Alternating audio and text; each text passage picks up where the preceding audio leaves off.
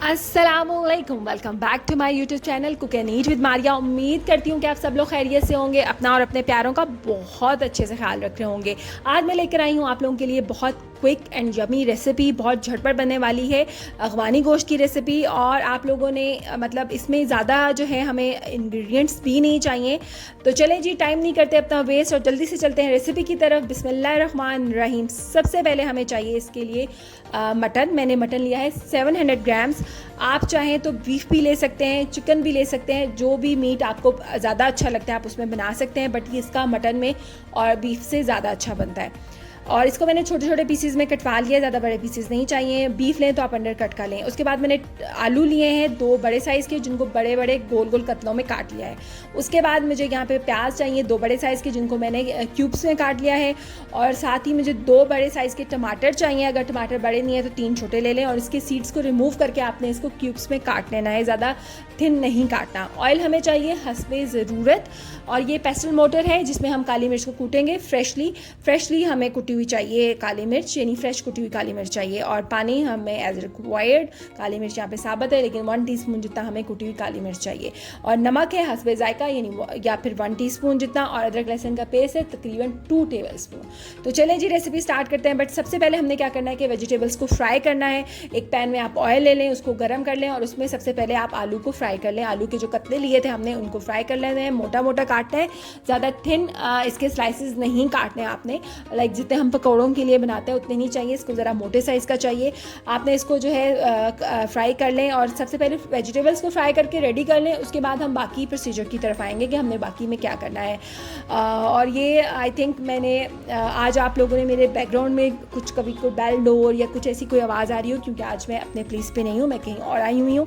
सो आप लोगों ने ये बैकग्राउंड जो एक्टिविटीज़ हैं उनको इग्नोर करना है। ओके जी, अब मैंने आलू को फ्राई कर लिया है। उसके बाद मैं अनियन को फ्राई करूँगी। बट फ्राई करने का मतलब ये नहीं है कि आपने इसको गोल्डन ब्राउन या ब्राउन करना है, बस सौते करना है, ज़्यादा आपने इसको फ्राई नहीं करना। उसके बाद मैंने टमाटरों को भी इसी तरह फ्राई कर लेना है। मीनवाइल मैंने क्या करना है कि काली मिर्च को कूट लेना है। फ्रेशली कुटी हुई काली मिर्च का जो फ्लेवर है वो बहुत अच्छा आएगा। अगर आपके पास ये नहीं है तो आप मशीन में भी बना सकते हैं, लेकिन हमें पिसी हुई काली मिर्च नहीं चाहिए। वो आपकी जो है अगवानी गोश्त को ज़्यादा काला कर देगी, मतलब काली मिर्च पिसी हुई ज़्यादा उसको डार्क कलर कर देगी उसका।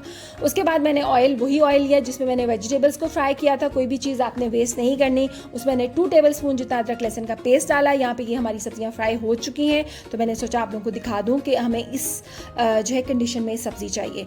उसके बाद जब मेरा अदरक लहसुन का पेस्ट बहुत ज़्यादा फ्राई हो जाएगा अच्छे से, तो मैंने इसमें जो है मीट डाल देना है। जो हमने लिया है 700 ग्राम मटन लिया था मैंने, उनको छोटे छोटे पीसेस में करवा लिया था। और उसको आपने अच्छे से फ्राई करना है, इतना फ्राई करना है कि इसका कलर चेंज हो जाए। बट इसको बहुत ज़्यादा ओवर फ्राई नहीं करना कि वो सख्त हो जाए, तो बस इतना करना है कि इसका कलर चेंज हो जाए। जब इसका कलर चेंज हो जाएगा तो इसमें आपने तकरीबन, अभी मैंने 1 लीटर डाला है, आधा लीटर मैंने बाद में डाला था। और इसको आपने दम पे तकरीबन आधे घंटे के लिए छोड़ देना है।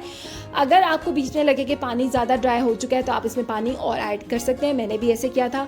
और अगर आप बहुत जल्दी में और आप चाहते हैं कि और जल्दी रेसिपी बने तो आपने इसको प्रेशर कुकर में डाल देना है, तकरीबन 2 गिलास पानी डाल के, और इसको प्रेशर कुकर में आप गला सकते हैं गोश्त को, ठीक है।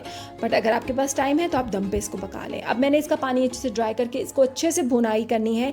जो मटन और बीफ होता है उसकी भुनाई ज़्यादा ज़रूरी होती है, क्योंकि कहीं ना कहीं उसकी स्मेल रह जाती है जो बहुत सारे लोगों को अच्छी नहीं लगती, इसलिए इसमें अदरक और लहसुन ज़्यादा डलता है।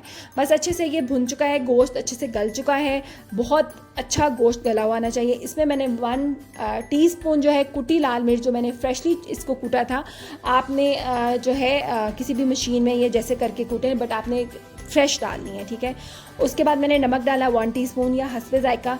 और बाद में मैंने इसमें वेजिटेबल्स डाल दी। वेजिटेबल्स डालने के बाद मैंने हरी मिर्चें आप डाल दें इसमें।